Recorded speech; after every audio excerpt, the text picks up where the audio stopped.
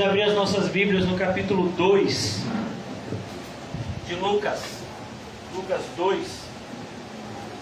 E vamos dar continuidade à nossa exposição,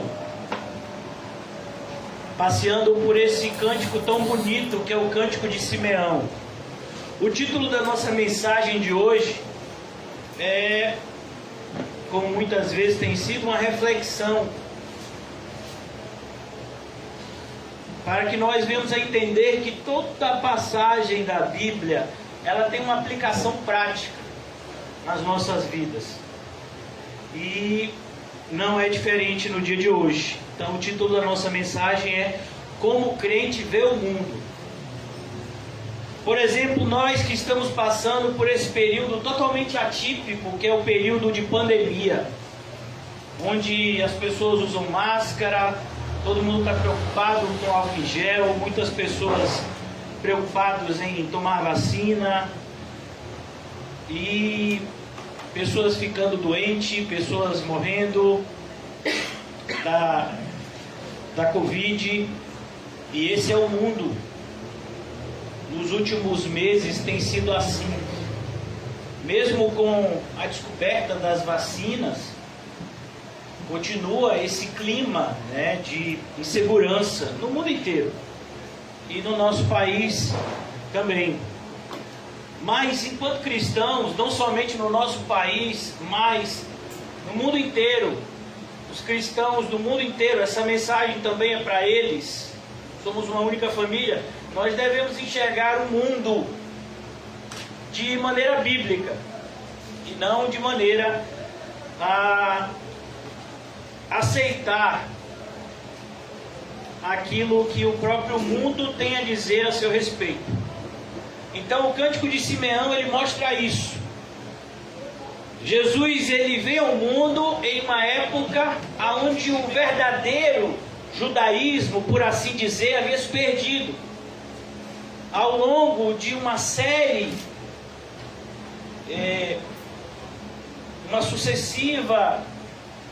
um sucessivo domínio de nações estrangeiras sobre o povo de Israel e interesses humanos, a verdadeira essência do judaísmo bíblico que nós temos aqui no Antigo Testamento havia se perdido. O próprio Deus havia deixado de falar com o seu povo por 400 anos. E esse silêncio só é quebrado com a vinda, com o início, por assim dizer, do ministério de João Batista. Mas nesse interregno, antes mesmo de João Batista iniciar o seu ministério, nós vamos ver que a verdadeira igreja, o verdadeiro povo de Deus, ele nunca deixa de existir. Você pegar, por exemplo, na época do perverso rei Acabe e da perversa rainha Jezabel, existia um Obadias, que era servo de Acabe, mas que protegeu os profetas de Deus. Se você for ver, por exemplo, na época da perversa e da imoral cidade, das imorais, cidades de Sodoma e Gomorra, existia o justo Ló. Então os verdadeiros crentes, eles sempre vão existir. A verdadeira igreja, ela nunca deixará de existir. Fazemos parte de uma profecia. A porta que Deus abre, ninguém fecha. Jesus disse ao seu colégio apostólico: olhe, as portas do inferno não prevalecerão contra a minha igreja. E as palavras de Deus em relação à sua igreja, elas têm se cumprido ao decorrer de todas as eras. E nós, como cristãos, precisamos aprender, reaprender e ficarmos cada vez mais firmes em relação à convicção de quem somos, daquilo que cremos e qual é o nosso papel no mundo em que nós estamos existindo por um período de tempo. Nós não vamos viver para sempre aqui nesse mundo. E precisamos aprender o quanto essa verdade que nenhum homem pode fugir. Do rico ao pobre, do ateu ao mais convicto fiel, todos irão morrer. Mas a maneira como eles enxergam a morte e a maneira como eles vivem a vida são totalmente diferentes, dependendo do relacionamento que se tem com Deus. E é isso que nós vamos ver aqui nesses poucos versículos. Versículos 25 ao 35, no capítulo 2 de Lucas, eles falam do cântico de Simeão.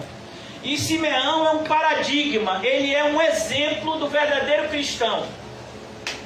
E mais ainda, ele é um exemplo do verdadeiro cristão em épocas de apostasia. Porque era essa época que Simeão estava vivendo. Uma época em que os judeus genuínos, o povo da aliança, estava se perdendo. A liderança judaica era uma liderança apóstata. A ponto de Jesus dizer que um fariseu atravessava o mar para fazer um prosélito, e uma vez que ele convertia essa pessoa se tornava 2 vezes mais merecedora do inferno do que aquele que a evangelizou. Olha que coisa assustadora. É essa época que Simeão vivia. Mas independente dos falsos crentes que rodeavam Simeão, ele permanecia firme em relação ao Deus que ele cria. Porque a palavra de Deus não muda. Ela nunca mudará. E aqueles que creem na palavra, eles sempre ficarão firmes, independentemente das circunstâncias. E é isso que nós vamos ver hoje aqui. Amém, irmãos? Amém. Isso foi apenas uma introdução. Tenho aprendido com o irmão José que uma pregação sem introdução não é uma pregação bem feita. O contexto é: Jesus está indo ser apresentado no templo. Já expliquei aos irmãos que isso acontecia após um processo de purificação da mãe. Demorava cerca de 40 dias entre o nascimento e a apresentação do menino no templo. A circuncisão era feita ao 8º dia, e muitas vezes era feita em casa, a maioria das vezes, mas o menino deveria ser apresentado, ainda mais que ele não era um menino comum, ele era o primogênito da família. Então deveria ser apresentado ao templo e resgatado. Nós vamos ver isso em Levítico. Mostra que o resgate seria por meio de um cordeirinho. Mas se a família fosse pobre, esse resgate poderia ser feito por meio de um par de rolas ou 2 pombinhos, que é o caso da família de Jesus, que era uma família pobre. Então nós vamos ver aqui isso de maneira muito clara, que Jesus viveu uma vida humilde, e humilde no sentido de pobre mesmo, de pobreza. E a ausência de coisas materiais não fez falta para Jesus. Isso tem que servir para nós de um alerta. A nossa alegria não pode estar em coisas. A nossa alegria não pode estar em uma casa, em uma televisão, em uma roupa. A nossa alegria deve estar em Deus. E somente nele. Pois foi assim que Jesus viveu e nos ensinou. Então, após essa apresentação, nesse processo de apresentação, isso era feito no templo. Agora nós vamos iniciar a nossa exposição do texto de hoje. Qual é o título da mensagem? Já esqueceram? Como o crente vê o mundo. Olha, tá vendo aí, professora? Lembra das coisas, tá vendo? Qual é o título da mensagem? Como o crente vê o mundo. Então nós temos aqui alguns versículos que irão nos ajudar. Havia em Jerusalém um homem chamado Simeão.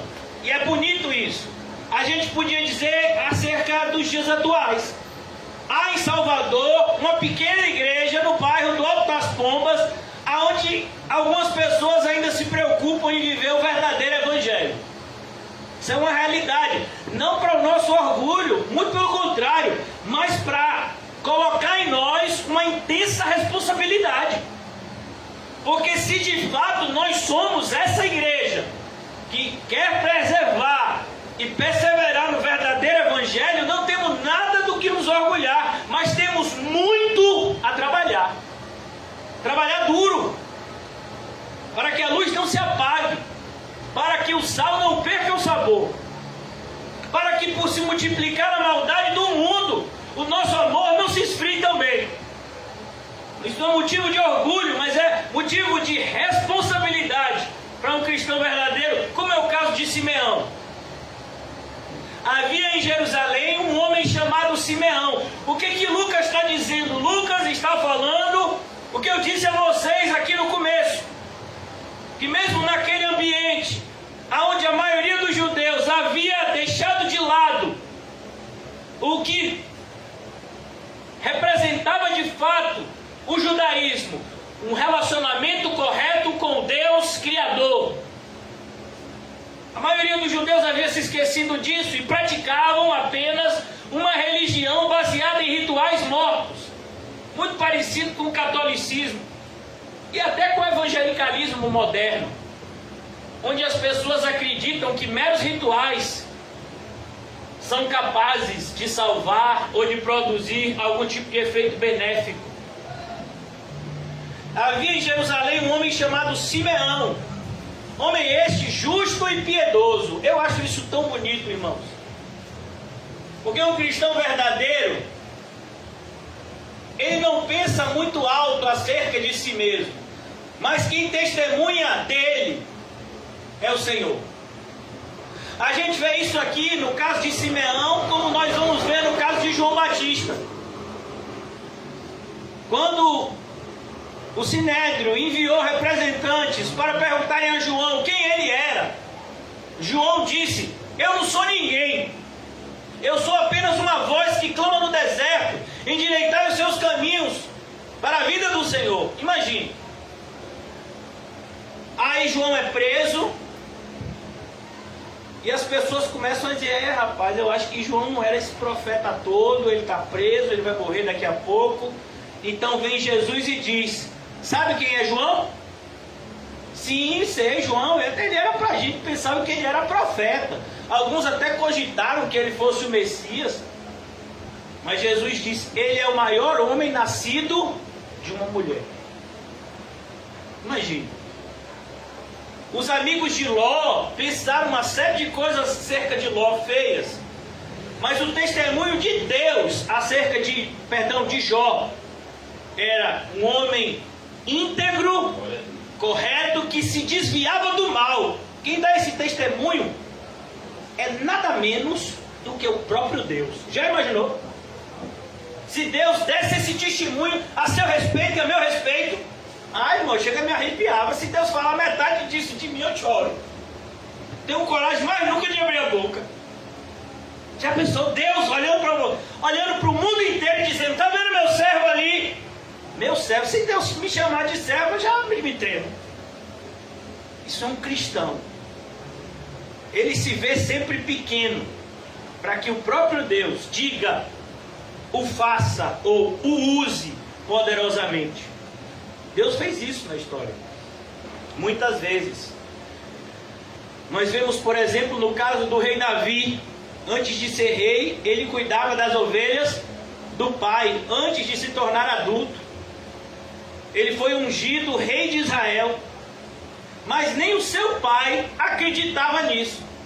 E quando o profeta Samuel vai até a casa de Jessé, seu pai, para ungir um novo rei, ele vai olhando para os filhos de Jessé, todos eles são fortes, bonitos. E Deus disse que não é nenhum deles, a ponto de Samuel ficar confuso, perguntar a Jessé: vem cá, Jessé, você não tem mais filho, não? Jessé diz: rapaz, eu tenho um, ele é pequeno ainda, ele está cuidando das ovelhas no campo. Pois chama, é ele. Então Deus vê o mundo de uma maneira diferente, e nós deveríamos ver assim também. Nós deveríamos aprender a ver o mundo pelos olhos de Deus e não pelos olhos do homem. que é um ser corrompido. Jamais devemos esquecer da natureza corrupta, que se você é um crente verdadeiro, essa natureza corrupta ainda habita dentro de você e está lutando contra a nova natureza de Deus, que habita também em você. Então Simeão aqui, ele era um homem justo e piedoso.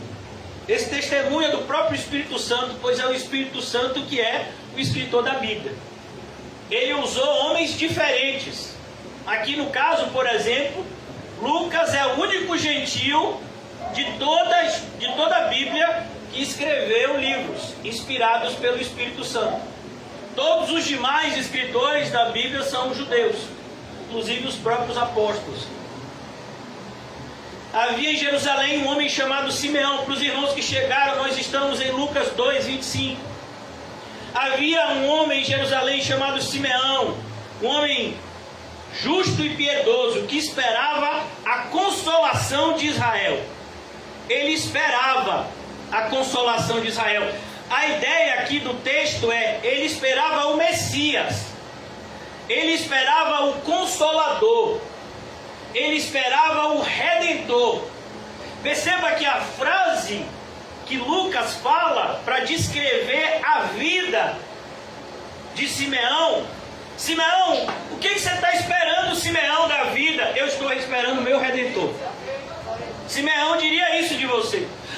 Ele não diria, eu estou esperando sair a minha aposentadoria, eu estou esperando o meu benefício cair, eu estou esperando ser sorteado em minha casa, minha vida, eu estou esperando um casamento, eu estou esperando uma roupa nova. Não, eu estou esperando o meu Redentor. Jó disse isso no ápice do seu sofrimento: o meu Redentor vive. E a gente vai ver aqui, mais de 2000 anos entre entre Jó e Simeão, e os dois tinham o mesmo sentimento que você e eu devemos ter, não pelo Redentor que vai vir, mas no nosso caso é algo muito maior, porque é um Redentor que já veio e falou e deixou verdades claras para que pudéssemos alicerçar as nossas vidas. Um homem justo e piedoso que esperava a consolação de Israel. Essa expressão, ela se refere ao consolo que o Messias traria. Essa é uma expressão messiânica. Não é que ele estava insatisfeito com a sua vida física, com a sua vida econômica. Não é que ele estava insatisfeito com o domínio de Roma sobre o judeu. Não! Aqui é o retrato de um verdadeiro crente. O verdadeiro crente é aquele que, prima facie, em primeiro lugar, ele está preocupado com a sua vida espiritual. Por mais que tenhamos problemas em várias áreas, pois a Bíblia diz que no mundo teremos aflições, independentemente desse cenário pandêmico que a gente vive, os cristãos sempre tiveram e terão problemas em várias áreas, mas a preocupação primordial de um cristão é a situação da sua vida espiritual. Como anda a nossa vida espiritual? Ele estava esperando essa consolação de Israel, e o Espírito Santo estava sobre ele. Olhe, mais um fato que identifica um crente. O que é um crente? É alguém que é guiado pelo Espírito Santo. Mas o Espírito Santo ele só vai vir em Pentecostes. Quem está dizendo isso é você. Quem você acha que conversou com Noé? Você já leu Hebreus? Quem já leu a carta aos Hebreus? Ela está na Bíblia. Vocês sabiam disso? Pastor, eu pensei que a carta aos Hebreus era só para cristão judeu. Não, meu filho, é para você também. Pode ler. José, inclusive, fala dela toda terça-feira. Ele começa a exposição falando dela. Na carta aos Hebreus nós vemos essa realidade do Espírito Santo guiando Noé. Porque Noé, divinamente inspirado, construiu a arca. Noé construiu a arca da sua própria cabeça? Foi ele que disse, olha, vai ter 200 côvados assim, vai ter 40 desse jeito, vai ser desse material, eu vou usar betume para calafetar. Foi Noé que decidiu fazer isso. Noé nem sabia como construir uma arca, meu filho. E muito menos algo daquele tamanho, naquela proporção. Mas ele estava inspirado. Ele estava com o Espírito Santo guiando a sua vida. Assim é um cristão, assim somos nós. E o Espírito Santo estava sobre ele. É assim que deve todo cristão viver. O Espírito Santo deve estar sobre nós. Revelara-lhe o Espírito Santo. Quem revelou? O Espírito Santo. Que não passaria pela morte antes de ver o Cristo do Senhor. Olha que coisa linda. Qual era a promessa que o Espírito Santo tinha feito a ele? Que ele veria o Cristo. Que coisa bonita. Ah, como eu queria viver nessa época. É mesmo? Por quê? Você também é capaz de ver o Cristo. Nós deveríamos ver Cristo todos os dias. Deveríamos olhar para o Gólgota, ver o que o nosso Salvador passou e sermos motivados a viver a vida que glorifica a Ele. Pois como disse o apóstolo Paulo, porque dele, por Ele e para Ele são todas as coisas. A glória seja dada a Ele, somente a Ele, agora e para sempre. Amém. Revelar-lhe o Espírito Santo, versículo 26, que não passaria pela morte antes de ver o Cristo do Senhor. Perceba, não passaria pela morte. A morte, irmãos, faz parte da vida. Eu vou fazer uma pergunta muito direta aos irmãos. Quem está preparado para morrer? Se a gente tivesse preparado para morrer, irmãos, eu garanto que grande parte das nossas preocupações simplesmente acabariam. Se a gente tivesse a confiança de que as verdades das Escrituras são verdades absolutas, reais, grande parte das nossas preocupações se dissipariam como uma névoa. Tantas preocupações como o que comer, o que vestir.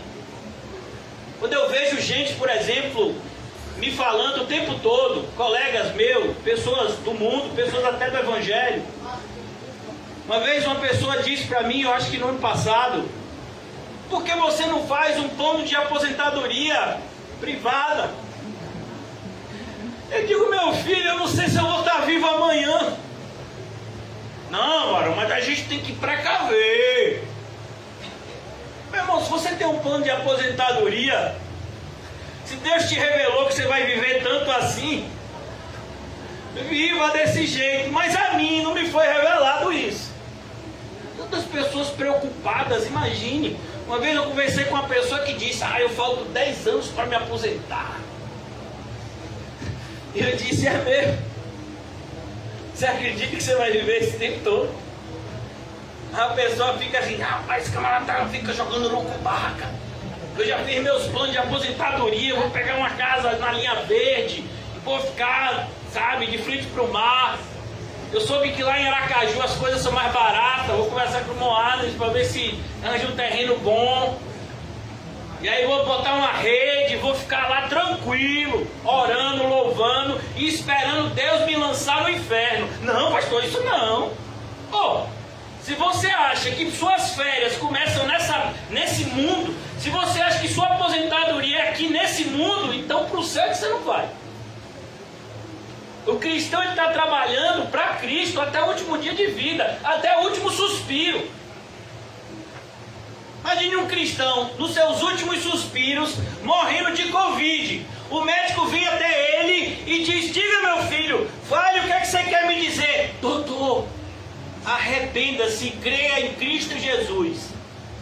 Morreu o cristão. Para onde é que ele foi? Para onde é que Lázaro foi quando morreu? Ninguém percebeu que Lázaro morreu. Para onde é que ele foi? Para o céu. E o cristão está lá preocupado com aquele médico que está cuidando dele, porque ele sabe que aquele médico não acredita em Deus, só acredita em dinheiro. E o cristão que está morrendo está mais feliz e mais seguro do que o médico que já tomou vacina, que está com um carro na garagem esperando ele do hospital, que vai receber não sei quantos R$1.000 no final do mês dos plantões. E o cristão que morreu num desses hospitais montados a toque de caixa foi para o céu. E a última frase do cristão foi qual? Arrependa-se, doutor, e creia no Evangelho. Imagine o que isso não assustaria esse médico. Rapaz, esses dias morreu um paciente lá, eu estou aqui impactado. Eu encostei nele assim, ele estava perto de falecer, e ele disse para eu me arrepender e crer no Evangelho, e deu o último suspiro e morreu. Isso é um crente, irmão. Um crente morre assim. Mas se hoje em dia alguém disser que a gente está doente, varão, ô pastor, olha aí. Porque me deram um diagnóstico aí, e eu fiquei super preocupado. E por que não está preocupado com a vida espiritual?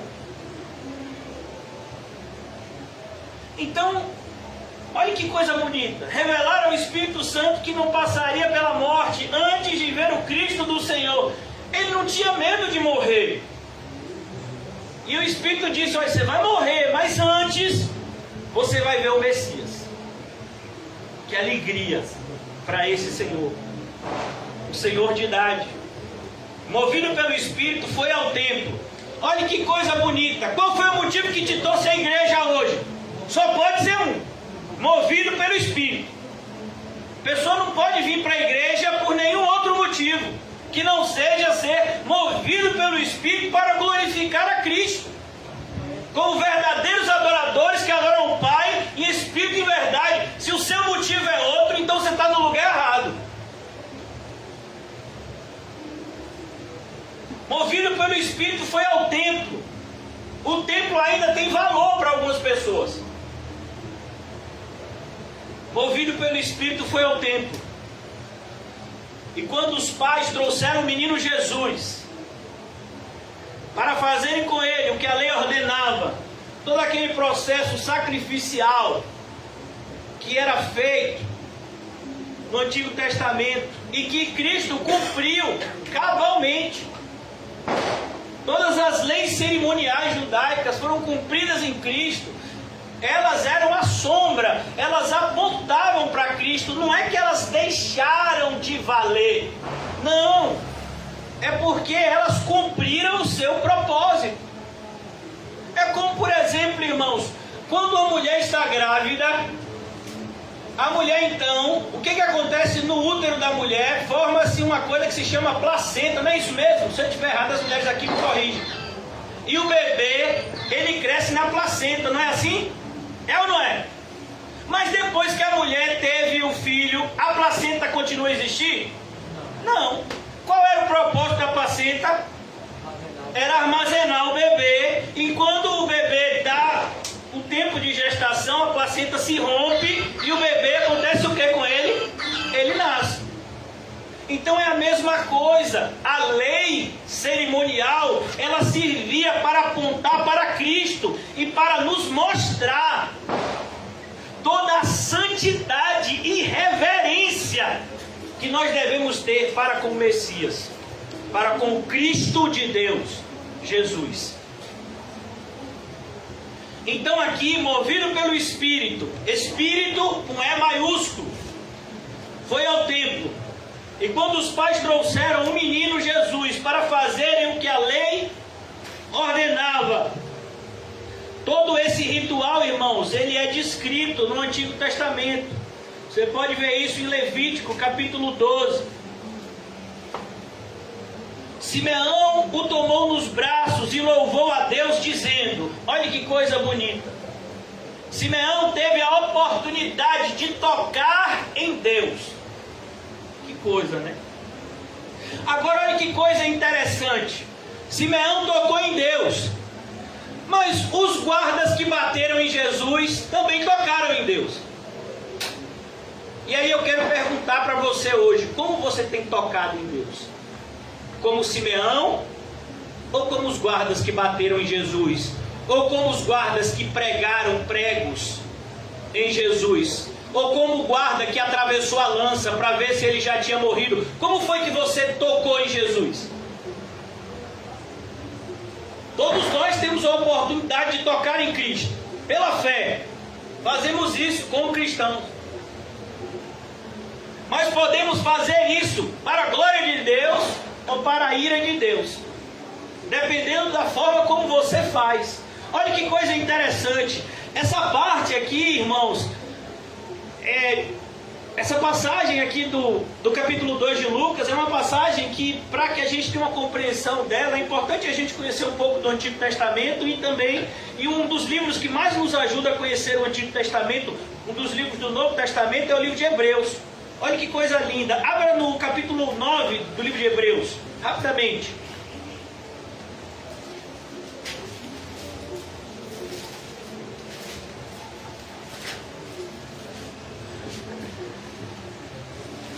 Hebreus capítulo 9.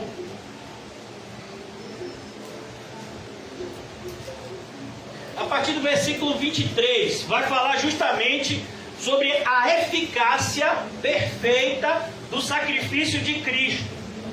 Simeão vai falar sobre isso no seu cântico, a gente vai ver daqui a pouco.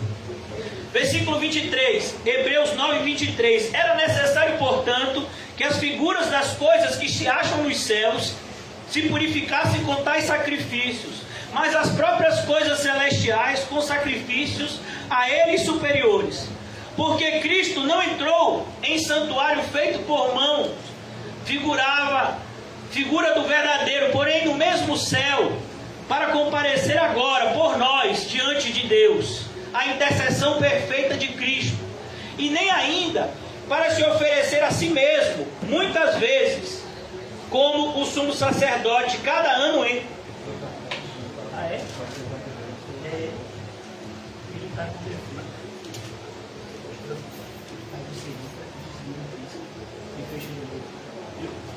Amém.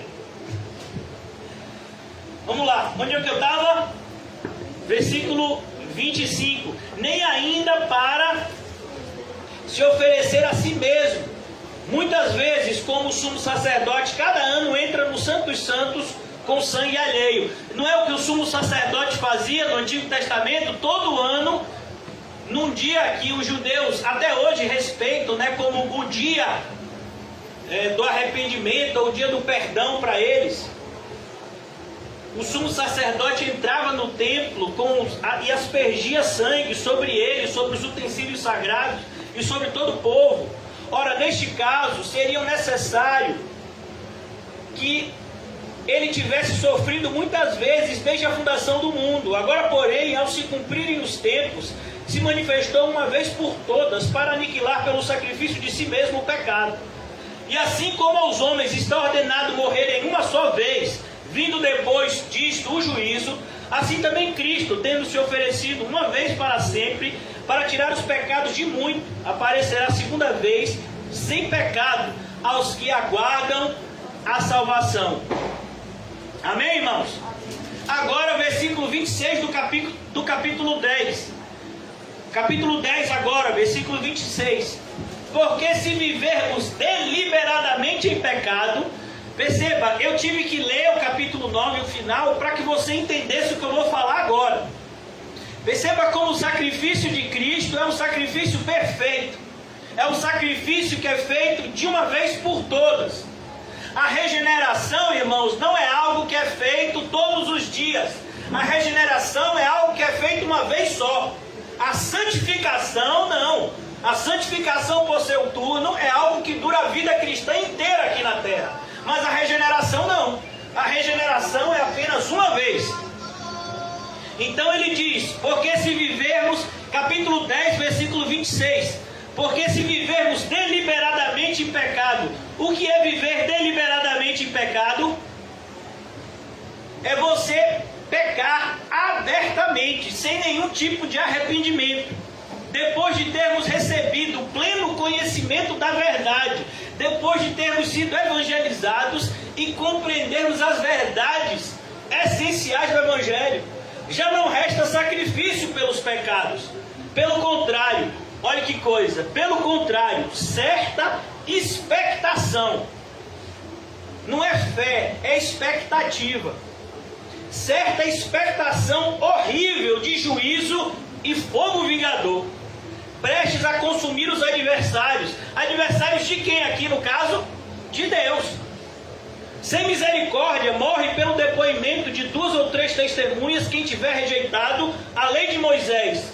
De quanto mais severo castigo julgais vós, será considerado digno aquele que calcou aos pés o Filho de Deus, aquele que pisou o Filho de Deus e profanou o sangue da aliança com o qual foi santificado e ultrajou, olha que coisa, que palavra forte, ultraje, é uma vergonha no mais alto nível. Ultrajou o Espírito da graça. Ora, nós conhecemos aquele que disse: a mim pertence a vingança, e eu retribuirei. E outra vez, o Senhor julgará o seu povo. Horrível coisa é cair na mão do Deus vivo. Você quer cair na mão do Deus vivo, irmão?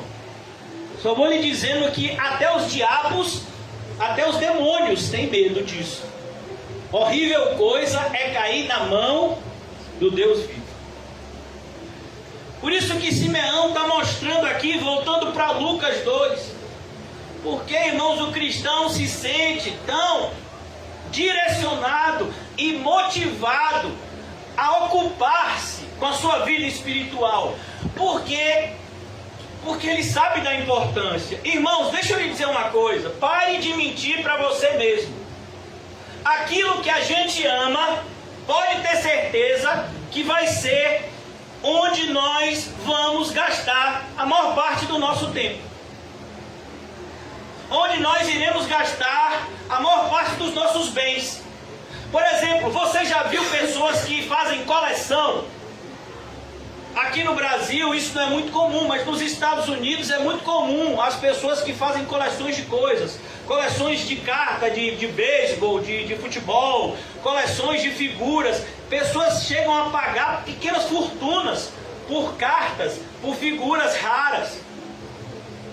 Então entenda, quando você ama algo de verdade, não sei se é da época de vocês, alguns anos atrás, eu acho que cerca de 10 a 15 anos atrás, uma banda de rock, que na época era a banda de rock mais famosa do mundo, o U2, uma banda de rock lá da Inglaterra, eu acho que é da Irlanda, se eu não me engano, ela veio aqui para o Brasil, e um amigo meu de faculdade, ele passou junto com o irmão dele cerca de 2 dias na fila para comprar o ingresso.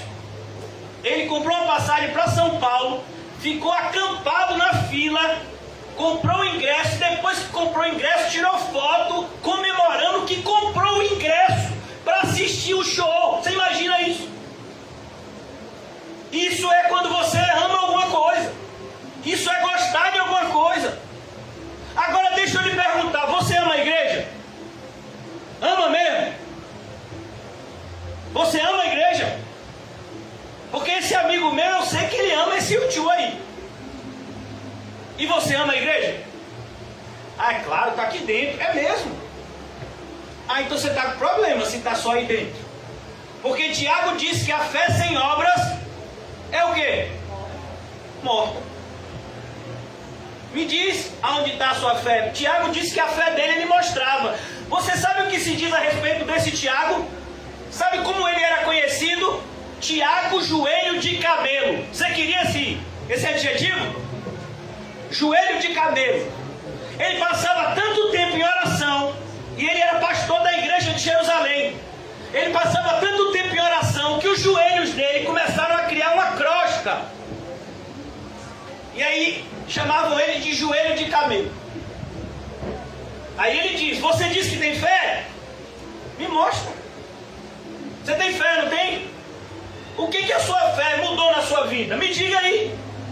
Pela fé, Enoque andou com Deus. Pela fé, Noé construiu a arca. Pela fé, Abel apresentou um sacrifício muito mais excelente do que o seu irmão. E pela fé, você tem feito o quê? Me diga aí, eu quero saber. O que a fé verdadeira tem feito na sua vida? Como foi o título da nossa mensagem de hoje? Como o crente vê o mundo? Pelos olhos da fé. Se tivéssemos que dar uma resposta a essa pergunta, seria essa. O crente vê o mundo pelos olhos da fé. Não vivemos por vista, vivemos por fé. Então aqui nós vamos ver um homem que vivia por fé. Ele pegou aquele menino e, cheio do Espírito Santo, pela fé, ele vai dizer essas palavras aqui. Versículo 28 do capítulo 2. Simeão o tomou nos braços e louvou a Deus, dizendo: agora, Senhor, podes despedir em paz o teu servo. Eu não sei você, mas toda vez que eu leio essa passagem, eu fico sem graça. Eu começo a questionar o meu cristianismo e a pedir que o Senhor aumente a minha fé. Sabe o que é que esse homem está dizendo? Algo que o apóstolo Paulo escreveria com outras palavras décadas depois. O viver é Cristo e o morrer é lucro. É isso que Simeão está dizendo aqui. Meu Deus, mas ele nem tinha visto, ele nem ouviu o sermão do monte. Ele não foi evangelizado pelo Cristo adulto. Mas ele tinha o Antigo Testamento. Quem aqui já leu Lucas 16? José fala para a gente de Lucas 16 várias vezes. Ele inclusive já pregou esse texto várias vezes para a gente. Lucas 16, Abraão, que ali é uma prefiguração do próprio Deus, ele diz para aquele rico que está no inferno: olha, os seus irmãos que estão vivos, eles têm o quê? A lei e os profetas para crerem em Deus. Ainda que alguém ressuscite dos mortos, eles não crerão. Só vai crer aqueles que creem em Deus pela palavra. A fé verdadeira não vem por milagres. A fé verdadeira vem pela obra do Espírito Santo, que nos faz acreditar de maneira firme nas promessas de Deus. Agora, Senhor, pode despedir em paz o teu servo. Irmãos, isso nos constrange. Senhor, eu posso morrer agora. Se o Senhor quiser me levar. Por que isso é tão importante para o cristão? Olha, irmãos, se você se enxergar como uma pessoa que já podia estar morta, tudo que vier para você é lucro. O grande problema, irmãos, é que a gente nunca se enxerga como uma pessoa que foi crucificado com Cristo. A gente sempre quer se enxergar como alguém que Cristo vai dar um monte de coisa boa aqui nesse mundo. Por isso que a gente, eu gosto, tem uma música que minhas filhas cantavam na época que a gente ainda estava no processo de conhecimento do verdadeiro evangelho, porque se tem coisa diabólica, são os evangelismos infantis de hoje, é diabólico. Por isso que é tão sério o ministério infantil. Tem uma música de uma cantora dessas evangélicas famosa, que vendeu milhões de discos e DVDs. E ela dizia assim: eu quero ser forte como Sansão, ter a fé de Abraão, o que mais? Me ajudem, vocês sabem dessa música, está todo mundo aí fingindo que não sabe. É amigo de Deus como Abraão, forte como Sansão. Você quer ser forte como Sansão, quer ficar cego? Nessa parte ninguém fala, né? Então, perceba, ninguém quer ser como Jesus. A riqueza de Salomão, aí se constrói um templo lá em São Paulo, que é a cópia do templo de Salomão. Por que não construiu o templo de Ageu? A promessa para o templo de Ageu foi muito maior do que a promessa para o templo de Salomão. Se você estuda a Bíblia, né? Porque para Ageu, na época de Ageu, qual foi a promessa? A glória desta última casa será ainda maior do que a da primeira. Então, se fosse para reconstruir algum templo, reconstruísse o de Ageu, o da época do profeta Ageu. Porque é esse templo que Cristo iria entrar. Então perceba como os evangélicos de hoje não entendem nada de evangelho. E porque lhe falta conhecimento, o que acontece? O povo perece. O povo perece porque falta conhecimento. A fé vem por conhecer. A fé vem pelo ouvir e o ouvir da palavra de Deus. ouvir da palavra de Deus. Ali está dizendo ouvir a pregação. Em Romanos capítulo 10. Então aqui ele diz, versículo 29, agora, Senhor, pode despedir em paz o teu servo, segundo a tua palavra. Senhor, eu não espero nada mais da minha vida. Estou crucificado com Cristo. Agora não vivo mais eu. Cristo vive em mim. É isso que Simeão está dizendo. É isso que todo cristão deveria dizer. Se a gente vivesse esse tipo de vida, nós seríamos o povo mais feliz do mundo. Nós saberíamos para onde estamos indo, quem somos, de onde viemos. Perguntas tão importantes que os filósofos se matam para responder até hoje.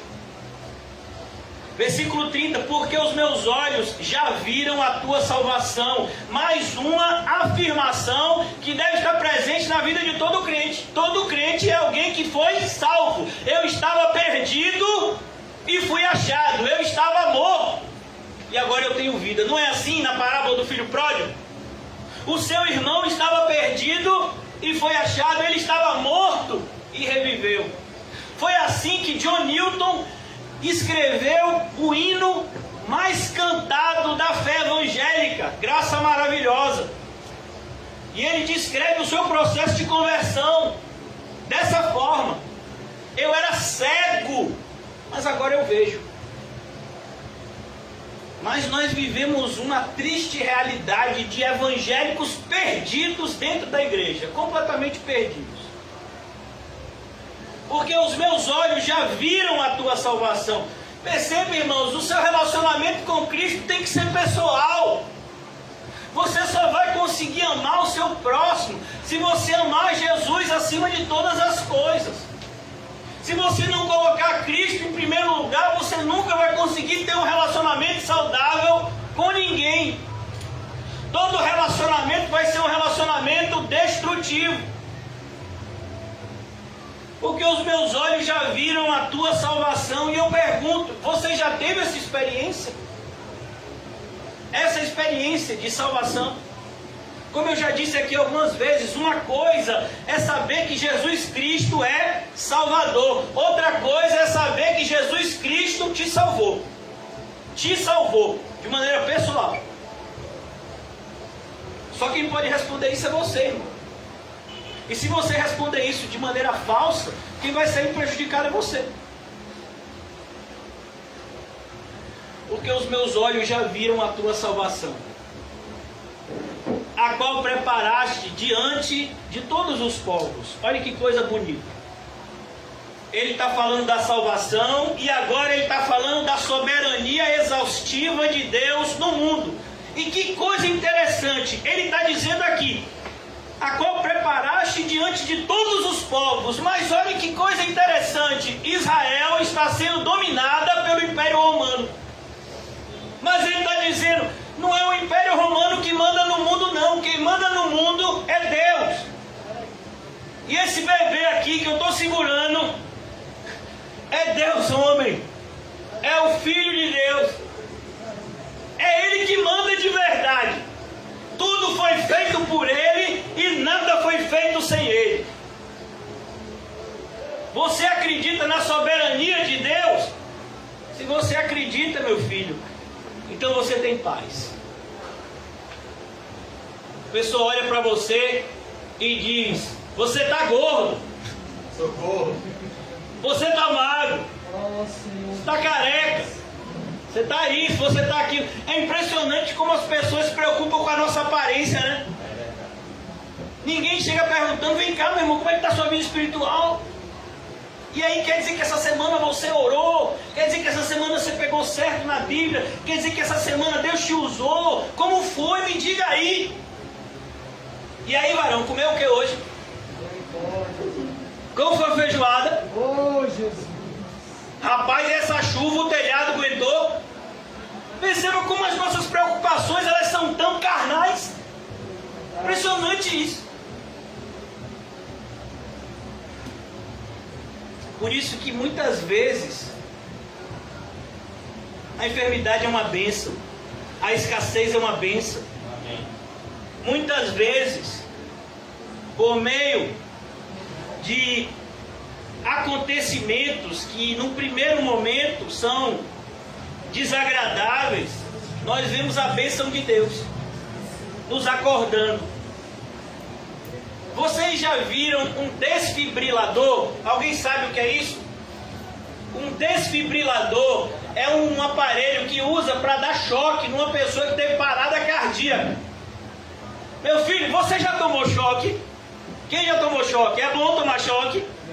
Mas imagine você tomar um choque pesado na caixa dos peitos.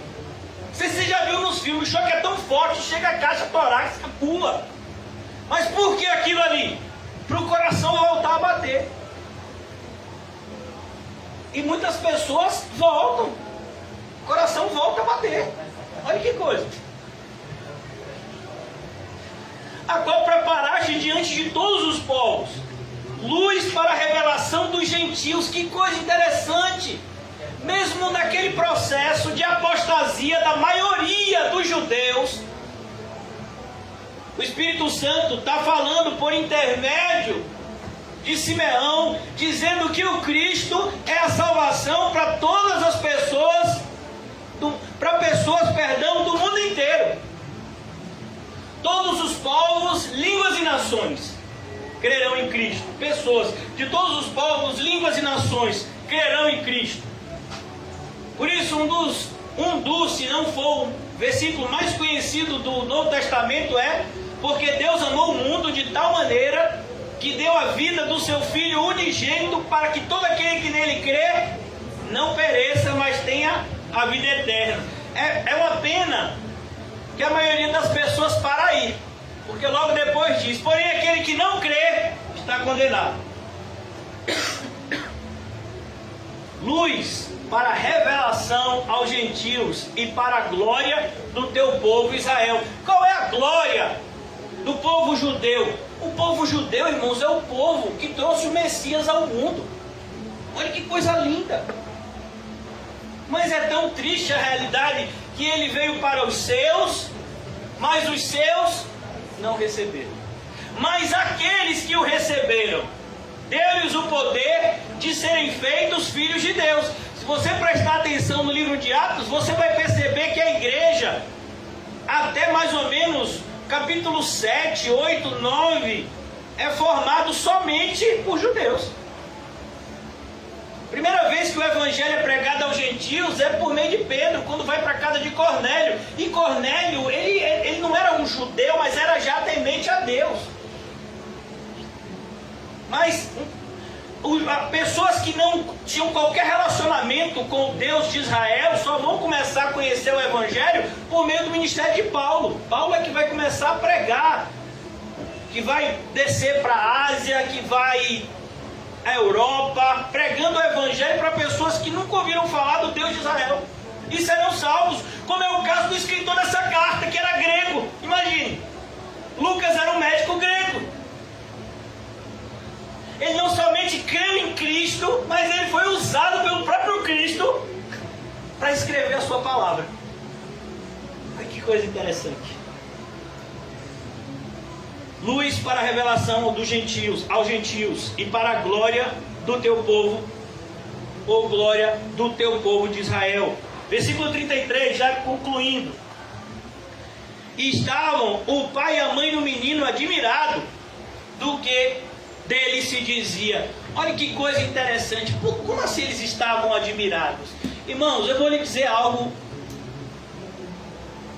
doloroso, muito doloroso. A nossa memória é carnal. Prova disso, irmãos, é que se eu perguntar se você se lembra da manifestação poderosa que Deus fez na sua vida há 14 anos atrás, você vai dizer: pastor, eu não estou lembrando do que eu comi ontem. Mas Paulo lembrava. Quando ele vai falar em 2 de Coríntios, ele diz: porque há 14 anos atrás, se no corpo ou fora do corpo, não sei, Deus o sabe. Olha que coisa. Mas é impressionante. Veja como o anjo Gabriel aparece para Maria. Olha o que ele diz. Versículos.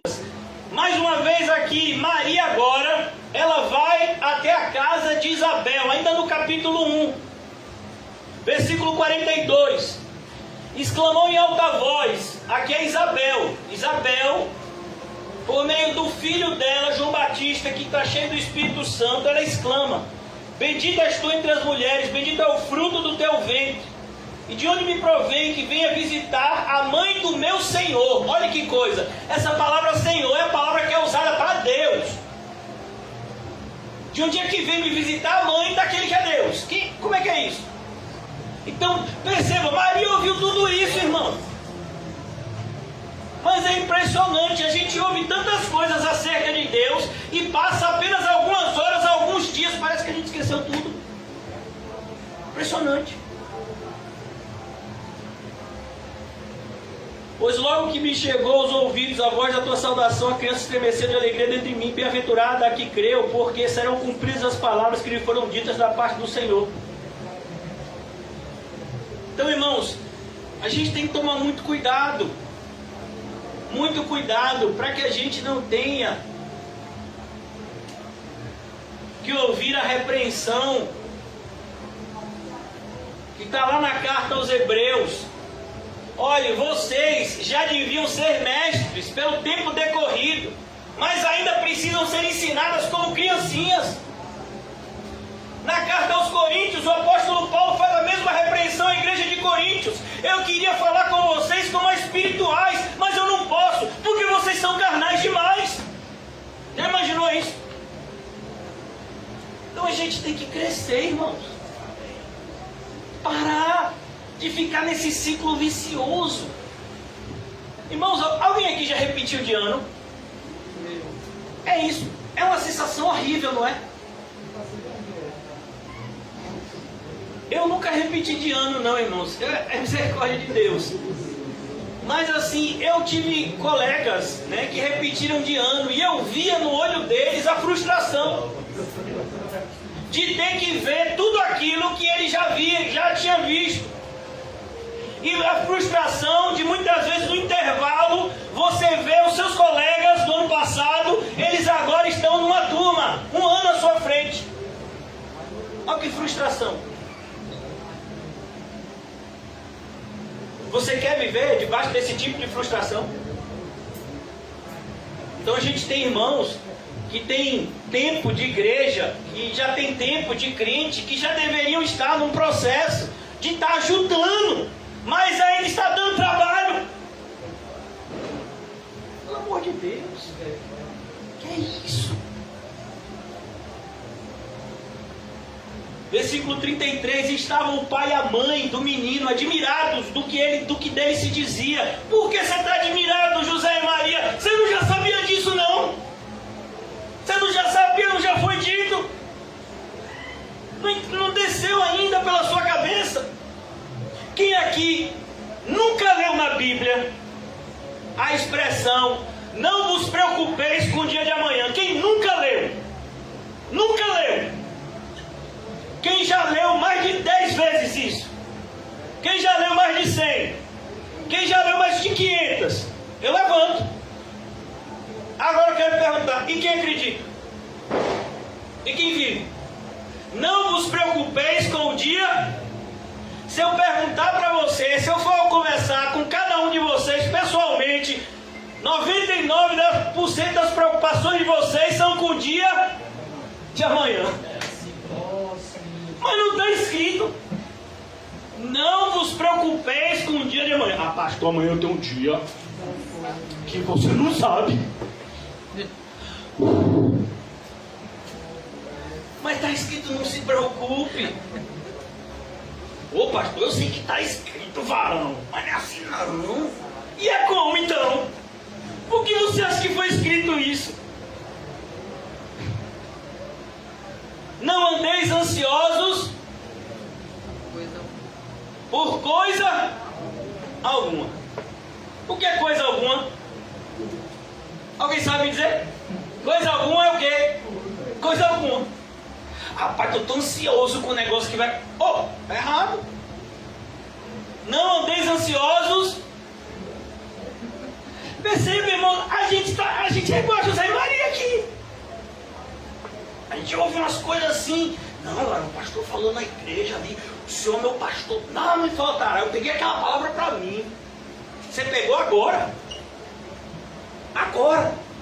Depois de 10 anos de igreja.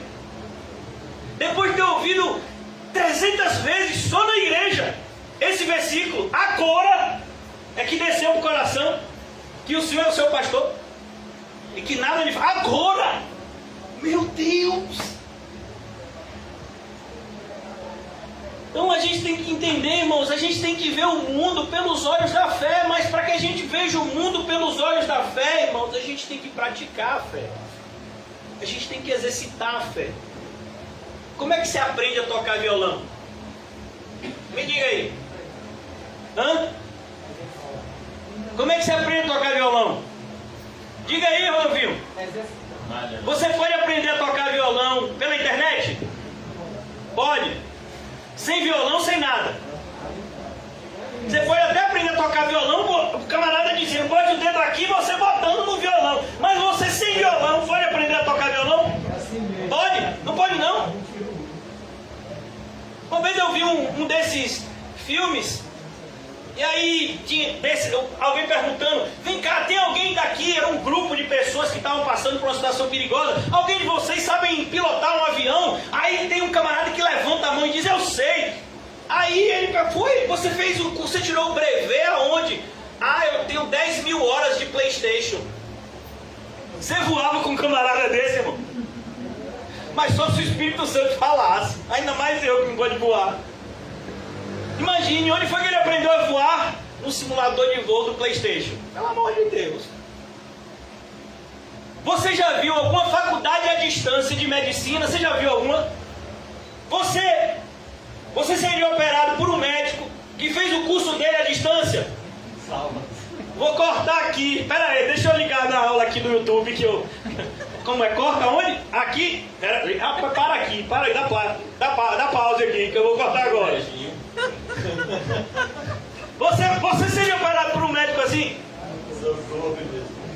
Irmãos, como é que uma pessoa amadurece no cristianismo, vivendo a fé cristã, sendo experimentado? É um processo. Olha, irmãos, a fé cristã ela é comparada com uma escada, mas tem muita gente que tem vivido a fé cristã do quê? Do redemoinho. E você sabe qual é o problema do redemoinho? O problema do redemoinho não é que você fica girando, é que você fica girando para baixo. Você já viu um redemoinho? Você já viu um redemoinho? Nos filmes, no desenho animado, como é um redemoinho no mar? Ele fica girando, trazendo as coisas para onde? Para baixo. Se você está vivendo como a fé cristã assim, cuidado, é para baixo. O cristão ele está subindo a escada, de glória em glória, de graça em graça. Estava o pai e a mãe do menino admirado do que dele se dizia. Simeão os abençoou e disse a Maria, mãe do menino, eis que este menino está destinado tanto para a ruína como para o levantamento de muitos. Você entendeu o que é igreja? Porque tantas pessoas entram pela porta e saem pela mesma porta para nunca mais voltar? Por causa disso aqui. Não é todo mundo que vai crer da mesma forma. Não é todo mundo que vai querer viver a vida cristã, porque o caminho é estreito, é incômodo, é desgastante. José tem lido para a gente aqui. Olha, irmãos, eu creio que a gente já está na 5ª ou na 6ª série que ele está lendo Hebreus 12. É a 5ª ou a 6ª, meu filho? É um bocado, né? A irmã Gisele é capaz dela saber mais, que ela que edita os vídeos. Eu acho que já deve estar na 5ª ou na 6ª, olhando para Jesus. Lá no capítulo 12 de Hebreus diz, corramos com perseverança. Quem aqui já correu? Sem ser da polícia de cachorro. Correr por esporte. É fácil correr, irmão? Quem aqui já correu uma maratona? Eu não corri. Meu filho, cansa. Tem horas que fadiga a perna. Tem horas que você pensa em parar, dá sede, você quer beber água. Tem dias que você tem que correr e está chovendo. O irmão Rodolfinho leva José para correr, meu filho, e subir a ladeira da Barra. Imagine, tanto percurso plano, leva logo para subir uma ladeira, meu filho, daquela. Inclinada daquele jeito, quer matar o bichinho. Então entenda que a vida cristã é difícil. Por isso que a Bíblia diz aqui, ó, Simeão abençoou e disse a Maria: eis que este menino está destinado tanto para a ruína como para o levantamento de muitos em Israel. Maria entendeu isso? Sim ou não? Entendeu, mas ela se esqueceu disso? Esqueceu. Quando Jesus, 30 anos depois, começa o seu ministério, e aí começa a acontecer exatamente isso. O que foi que ela quis fazer? Vamos lá em Marcos. Evangelho de Marcos. Versículo 21 do capítulo 3. Marcos 3, 21. E quando os parentes de Jesus ouviram isto, ouviram o quê? Vamos ler o versículo 20. Então ele foi para casa, não obstante a multidão afluiu de novo, de tal modo que nem podia comer. Imagine, seu filho está trabalhando tanto que ele não tem nem tempo de comer. E ainda tem um problema, a liderança religiosa está começando a ver ele com maus olhos. Ele agora não tem mais uma fonte de renda, ele não é mais carpinteiro, ele é um pregador itinerante que não tem nem onde dormir direito. Às vezes ele passa num lugar, como é o caso da cidade de Betânia, e dorme na casa de Lázaro. Mas às vezes ele dorme no meio do mato. E aí Maria olha para o seu filho e diz: não é esse futuro que eu queria para o meu filho.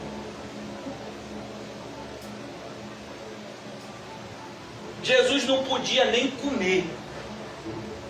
Meu filho, se você estiver no trabalho e o seu chefe não estiver dando ticket de refeição, não estiver dando almoço, eu duvido que você passe mais de uma semana nesse trabalho. Você fica trabalhando 12 horas seguidas, sem comer nem um pão duro, nem um pão seco. Fica. Quem fica é outro, meu filho. Jesus lá, meu filho, só, não tinha nem o que comer, e as pessoas vinham para cima dele querendo serem curadas.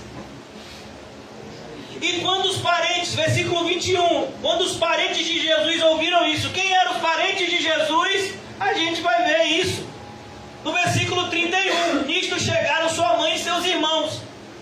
Mas voltando agora para o versículo 21, quando os parentes de Jesus ouviram isto, saíram para o prender. A expressão aqui é prender mesmo, irmão. É como uma pessoa que está fora de si, como um maluco, que é preso e levado ao sanatório. Saíram para o prender porque diziam: está fora de si. Ele está fora de si. Imagine, a mãe de Jesus e os irmãos dele dizem isso. Os irmãos a gente até considera, né? Está escrito em João capítulo 7, porque nem os seus irmãos criam nele. Mas a sua mãe, que concebeu pelo poder do Espírito, o anjo Gabriel foi visitar ela. Ouviu as coisas que ouviu de Isabel. Ela mesma profetizou também, está lá no capítulo 1 de Lucas. Ouviu o que ouviu de Simeão, depois Ana ainda vai falar aqui no capítulo 2 de Lucas. Mas quando o negócio começa a acontecer, a gente ouve, porque a porta é estreita e o caminho é apertado. Não é o que a gente ouve? Tem alguém que não sabe disso aqui? Tem alguém que não sabe? A gente sabe, não sabe? Mas quando começa o caminho a apertar, o que é que a gente faz? Mas está apertado demais. Afasta para lá. Ih, rapaz, esse negócio... mas você não sabia que era apertado? Eis que esse menino será destinado tanto para a ruína como para o levantamento de muitos em Israel. A Pedros e a Judas Iscariotes.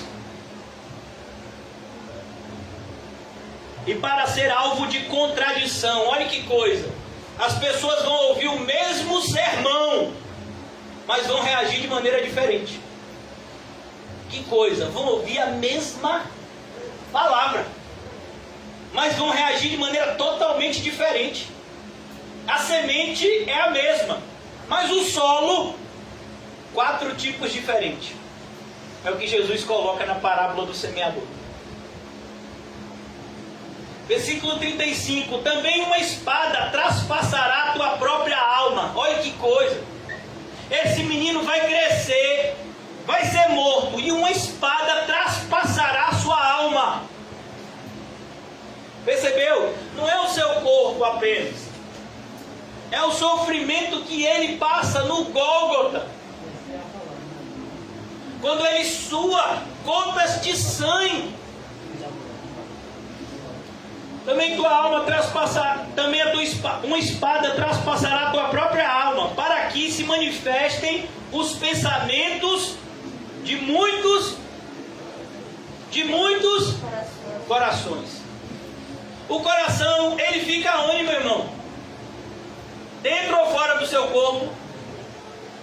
Fica onde? Hã? Alguém está vendo o coração do outro aqui? Mas a palavra de Deus manifesta. Percebeu por que a palavra de Deus é um problema para muitos? Porque ela revela aquilo que muitos querem que fique em oculto. Hebreus 4:12, eu já vou concluir. Hebreus, o livro que a gente leu há pouco tempo, vamos voltar para ele rapidamente, eu já vou concluir a exposição de hoje à noite. Hebreus 4:12 diz: porque a palavra de Deus é viva e eficaz. Por que uma coisa é eficaz? Você pode me dizer qual é o significado etimológico dessa palavra? Eficaz é aquilo que tem efeito, é aquilo que cumpre o seu efeito. Quando você toma um remédio para dor de cabeça e a dor de cabeça passa. Quando você toma um remédio para dor de coluna, como José já passou Paquinho e passou. Aí que eu disse: pastor, a coluna não está doendo mais não, agora é o pé. Agora é a perna, desceu. Pelo menos a de coluna passou, né? Então eficácia é aquilo que tem efeito. A palavra de Deus é eficaz e mais cortante do que qualquer espada de 2 gumes. O que é o gume de uma espada? É a lâmina.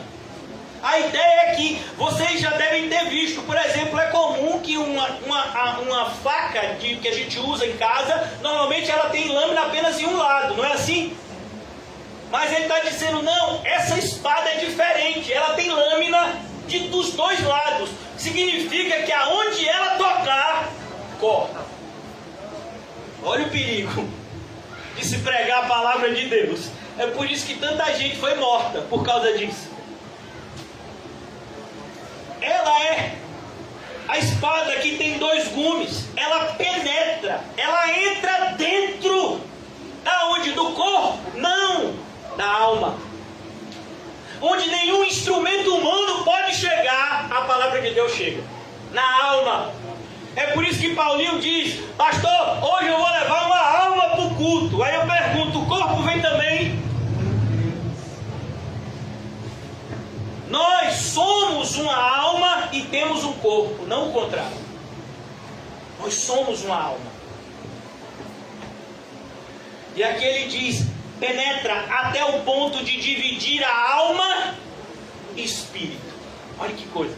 Ela vai lá dentro e mostra o que é alma. O que é alma? A alma fala o que é característica do ser humano e o que está dentro de você e é de Deus. Porque tem coisas que a gente pensa que são boas, mas não são. Mas isso é tão bom, a minha alma está dizendo que isso é bom. E o Espírito? Rapaz, o Espírito disse que não é muito bom não. Ó, então siga o Espírito.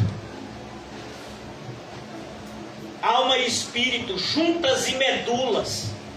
A ideia de juntas e medulas é aquilo que conecta um osso ao outro.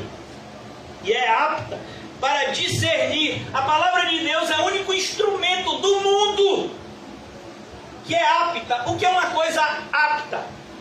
É algo que é preparado. Por exemplo, quando alguém é parado em uma blitz, o policial pode lhe perguntar: você está apto para dirigir? Não significa apenas que sua carteira está em dias. Você está embriagado? Se você usa óculos, você está de óculos? Você está apto para prestar o exame da ordem? Você imagina uma pessoa que fez engenharia e quer tirar a OAB, quer se tornar advogado. Meu filho, para fazer a OAB você tem que ser formado em direito. Você está apto? Então a ideia de apto aqui é aquilo que tem o poder. Ela tem esse poder, só ela tem essa aptidão. De quê? De discernir os pensamentos. Olha que coisa. Pastor, eu estou pensando tanta coisa. Eu estou confuso, eu não sei se é de Deus ou não. Vamos para a palavra. A palavra de Deus vai tirar essa confusão e vai trazer ordem e decência. A palavra de Deus, ela vai trazer confusão, vai tirar confusão e vai trazer organização. Ela é apta para discernir os pensamentos e propósitos do coração. Olha os propósitos. Quantos propósitos passaram pelo seu coração hoje? Pai, eu estou num propósito de comer um cachorro quente. Rapaz, eu estou num propósito de comer uma feijoada. Eu tenho um propósito de ler a Bíblia quando chegar em casa. Isso aí é mais difícil, mais raro. Eu estou num propósito. Então, ela é apta para dizer se esses propósitos que a gente tem, se eles são de Deus ou não. Desde o Antigo Testamento já nos é dito que há muitos caminhos que aos nossos olhos parecem que são bons, mas são caminhos de quê? De morte. Já pensou? Na minha época de faculdade, eu tive um colega que o pai dele era muito rico. E quando o irmão mais velho dele, a diferença entre eles era cerca de 2 anos, eu acho. Quando o irmão mais velho dele fez 18 anos, o pai deu um carro. Acho que nem tinha tirado a carteira de motorista ainda. Fez 18 anos, deu carro. Há 25 anos atrás, a fiscalização não era tão grande como é hoje em relação à carteira de motorista. Nem tinha quantidade de carros, nem a quantidade de motoristas. Deu o carro. E no primeiro final de semana que o irmão dele saiu com o carro, bateu e morreu. O que você acha? O que você acha que se passou na cabeça desse pai? Eu dei aquilo que tirou a vida do meu filho. Fui eu que dei. Eu fui lá na concessionária, comprei e dei. E meu filho agora está morto. Eu estou enterrando ele. Já pensou isso? Será que o pai estava pensando isso quando comprou o carro? Quando viu a cara de felicidade do filho recebendo o carro? Será que o pai pensou isso? Olha, irmãos, o meu pai, ele não é cristão, ele não acredita no verdadeiro evangelho, ele é católico apostólico romano, só que ele é um católico diferenciado, ele é um católico praticante, ele é um católico que é mais devoto ao catolicismo do que 99% dos evangélicos que eu conheço. Só para você ter ideia, eles assistem missa todos os dias, meu pai e minha mãe. E ele estudou num seminário católico para ser padre, teve acesso. Quando eu tinha 20 anos, meu pai me deu um carro. Ele deu entrada no carro e eu estagiava, ganhava 2 salários no estágio e me comprometi de pagar uma parcela do financiamento. Primeiro final de semana, eu saí para comemorar o carro com os meus amigos e eu consumi bebida alcoólica. Eu devia ter 19 para 20 anos, tinha carteira de motorista, tudo normal. Cheguei de madrugada em casa, meu pai percebeu e ele disse: bote a chave do carro em cima da mesa. E eu botei, com aquela toda a autoridade de um jovem de 18, 19 anos que acha que é o dono do mundo. Quando foi no outro dia, eu fui pegar o carro para dar uma volta. Cadê o carro? Não tinha mais carro. Ele devolveu o carro na concessionária. E eu tive que passar os outros anos de faculdade, para a faculdade de pé e de ônibus. Minha faculdade não era tão longe, minha casa era cerca de 4 a 5 quilômetros. E às vezes eu ia de pé, às vezes eu ia de ônibus. Meu pai me fez um mal, um bem. Mas você sabia que eu tinha um coração tão duro que eu fiquei 2 anos sem falar com ele? Morando na mesma casa. Com raiva do que ele fez. O que foi que ele fez? Ele salvou a minha vida. Ele foi a mão de Deus, talvez até sem saber. Percebe, irmãos? Isso é querer o bem a alguém. Querer o bem a alguém não é dar o que ele quer. É fazer o que a palavra de Deus manda. Você tem que agir assim. É isso que Jesus fez. Por isso que tantas pessoas rejeitaram a Jesus. Olha que coisa interessante. Na mesma semana que Jesus foi crucificado, ele foi crucificado na sexta-feira. No domingo dessa semana, as mesmas pessoas que tinham ido para Jerusalém adorar a Deus na Páscoa, Jesus foi crucificado na semana da Páscoa dos judeus. Na mesma semana, no domingo, as pessoas receberam Jesus como Messias. Hosana nas alturas, bendito aquele que vem em nome do Senhor. Mas na sexta-feira de manhã, muitas dessas pessoas estavam no pretório romano, na entrada, gritando: crucifica-o! As mesmas. Oh, mas você não estava junto com o pessoal dizendo Hosana? Agora é crucifica-o? Perceba, irmãos, porque Jesus ele manifesta os pensamentos e as intenções dos corações de muitos. Tem muita gente que não quer nada com Deus, que está na igreja, não quer nada com a Bíblia, não tem compromisso nenhum, não quer ter compromisso, mas quer ter algum tipo de religiosidade. O lugar dessa pessoa não é numa verdadeira igreja, porque a verdadeira igreja é onde estão os verdadeiros crentes. Jesus vai dizer: as minhas ovelhas ouvem a minha voz e fazem o quê? E vão embora? É isso? E me seguem. De maneira que aonde ele está, nós estamos. Anos depois, o apóstolo João escreve: porque aqueles que querem viver, aqueles que estão em Cristo, devem andar como? Como ele andou. Então é assim, irmãos, que o crente tem que ver o mundo pelos olhos de Cristo. Cristo é o nosso referencial. Independente da pandemia, independente de uma crise financeira, independentemente de uma enfermidade que eu possa passar, de uma escassez financeira, eu preciso viver a vida cristã da mesma forma. É assim que um cristão tem que viver. Que o Senhor nos ajude. Vamos orar.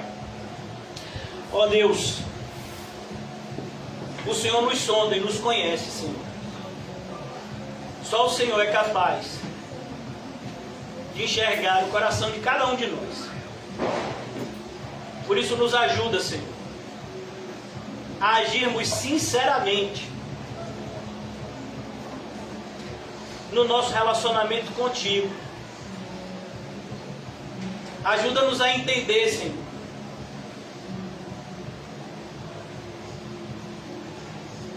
que manter um relacionamento errado contigo resultará numa condenação eterna, num sofrimento inimaginável. Por isso, Senhor, nos livra da loucura de ajuntar tesouros na terra, esquecendo que essa terra será destruída, bem como tudo que nela existe. E para aqueles que o Senhor ama, o Senhor tem um novo céu e uma nova terra, que desce do céu, ataviada como uma noiva. Por isso nos ajuda, Senhor, a praticarmos o que o Senhor nos ensinou: ajuntai para vós outros tesouro no céu, aonde nem a traça, nem o ferrugem corrói, nem os ladrões podem roubar. Ajuda-nos a viver essa vida, Senhor, essa vida que agrada a Deus e que trará inevitavelmente felicidade e alegria aos nossos corações. Ajuda-nos a viver essa vida, Senhor, para a Tua glória. Em nome de Jesus, amém e graças a Deus. Amém, irmão? Saúdem-se com um cumprimento santo e diga ao seu irmão